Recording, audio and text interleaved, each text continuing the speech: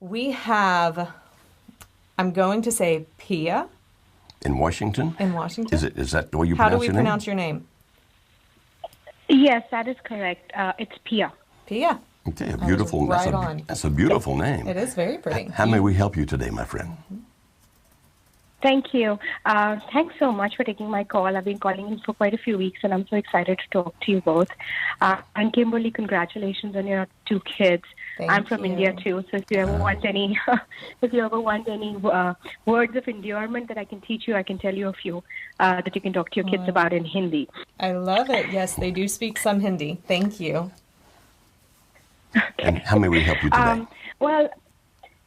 Yes, Dr. Joe.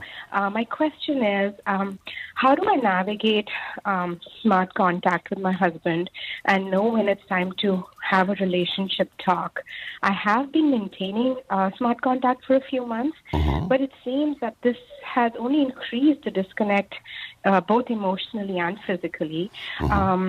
Just for a quick background, we've been married for 18 years, and last September, my husband told me that he does not love me anymore. At that point of time, he said he wanted to work on our relationship. We have 2 kids, 14 and 9. But I actually reacted really badly and did everything that I was not meant to do. I even said that if you can't get these, if you can't work on it, why don't you move out? However, after coming across your videos and everything, I've been trying to implement a lot of what the course says. I'm a part of the Save My Marriage course as well. But unfortunately, what's happened in the past 6 months is that my husband has turned around and said, I have felt too pressurized and you're pushing me too much. I don't know what I want. I'm confused and let me be. And so now it's been 2 months since that conversation happened in February, and it's been 2 months since I've been trying to maintain smart contact, but nothing has improved. I want to talk to him about working on this marriage together, to come into the workshop, but I'm really scared that will push him over to the next step, which I don't know what it's going to be. So I really need your help here. Okay, great. Pia, if you don't mind, I'm going to ask Kimberly, just for the sake of all the other viewers and listeners, to explain what smart contact it is. Yeah. And then after she finishes explaining that, then I want to talk specifically about what you just asked. But Kimberly's an expert on smart contact.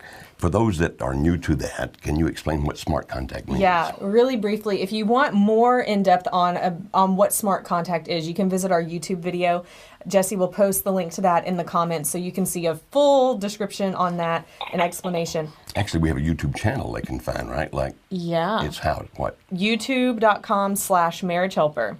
And we have a ton of videos there. Yeah, we have a ton, and this is one of them as well. And so basically the premise of smart contact is not the following. It is not, I'm going to contact my spouse every single day because if I say the right thing or get them at the right time or make them feel guilty enough, then they're going to respond to me and come back. That's not smart contact. That is what ends up a lot of times pushing our spouse away. It's something that we at Marriage Helper actually call push behaviors. And it's also not stopping contact altogether and hoping that absence will make the heart grow fonder, thinking that if he never hears from me or she never hears from me, then one day they're just going to wake up and miss me so much they're going to come running back. That doesn't work either.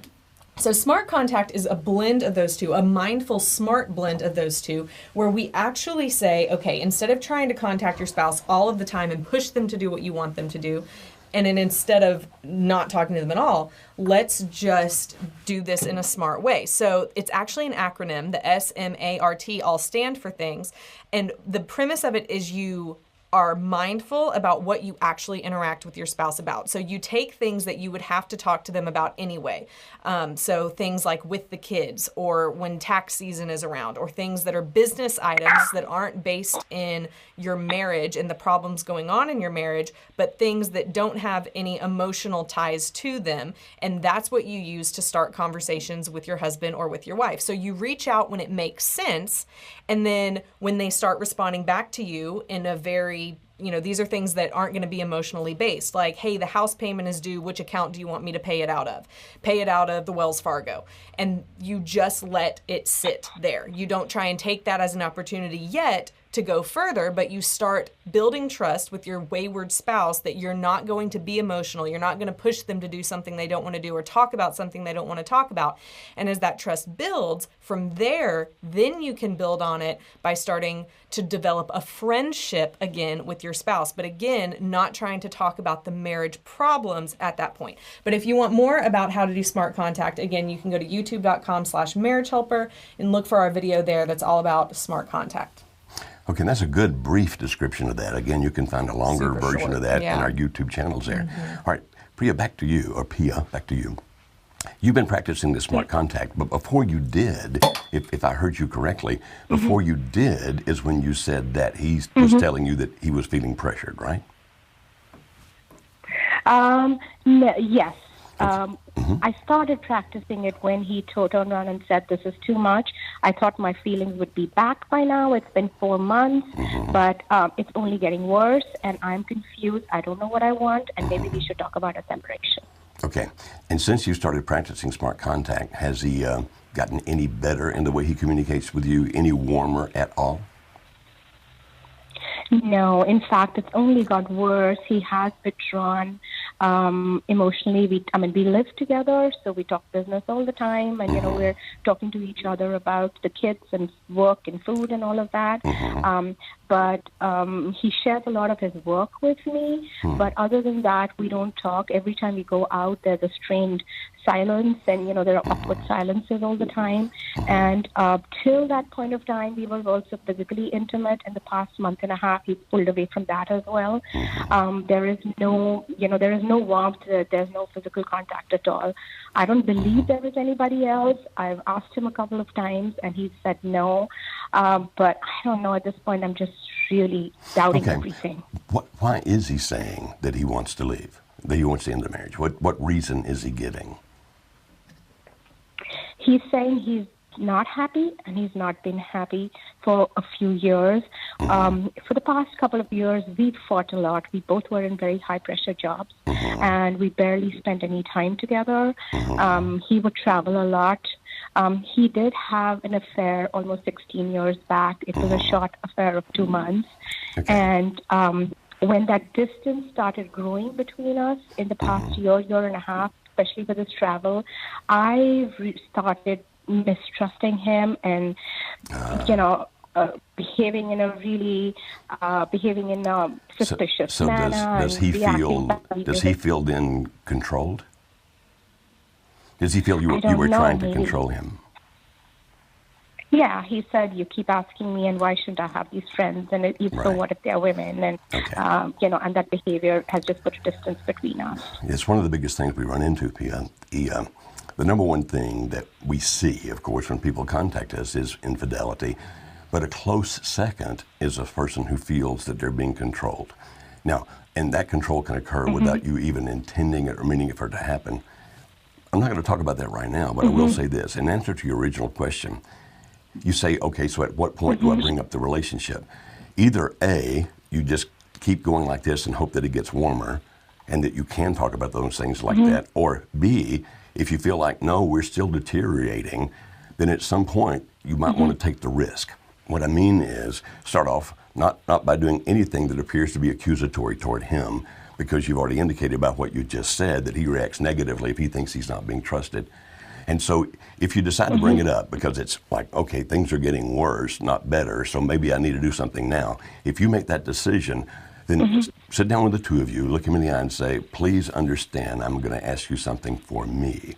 It's not saying anything negative about you at all, but for my sake, even if you decide you are going to leave this relationship forever, even if you decide you're going to divorce me, I need to learn some things about what went wrong and how I can be a better person. Therefore, will you, for me, go with me to this workshop if you want to come to our workshop? If he will only go to a counselor, then it's the same thing. Will you, for me, do this? So that it's not coming across in any way as there's something wrong with you we need to go fix. But in terms of I'm asking you, because of the experiences we've had together, the years, the children, I'm asking you that you do this for me. Now, it is a workshop, and it's about marriage, but I can learn there a lot about what shouldn't have happened that did on my part, and how I can be better next time. So would you come for me? The whole idea being, never make it about him, make it about you and what you're requesting. Now, in the process, don't beat yourself up. Don't say, because I've been terrible, I've been bad. Don't do that. Don't do that. Just say, make it where that it's not that you're coming across as a weak person who's begging, but you come across as a person who's still strong and calm, but asking a very serious favor. If anything works, that is the one that's most likely to work, in my opinion, in your situation.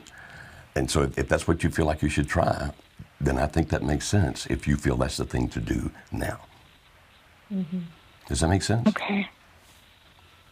Yeah, it makes sense. I've just been really worried about it because we are seeing a counselor, and he has not been he's very good, but talking and listening to what she has to say. But when we leave that place, that's it. There is no, it's not helped. The counselor is not helped at all. And I'm worried that me asking him to go through a workshop is again going to be turned around as that's another pressure that you're putting on me to do something. But yes, you're right about turning it around and making it about understanding the situation better for me. That might work better. I hope it does. I hope it does. And people typically will listen to us when they don't listen to counselors because of the way we do it. And I'm not saying that we are the absolute best on the planet. I'm not trying to say that. It's just that we have a unique approach that often people who will not listen to the counselors will listen to us. Now, I cannot guarantee he will, but I hope that you come. I'd love to meet you. Okay? Okay. All right. Thank you. Yeah. Thank you, Pia. Our heart is with you. We are on your Thank you side. so much. Okay.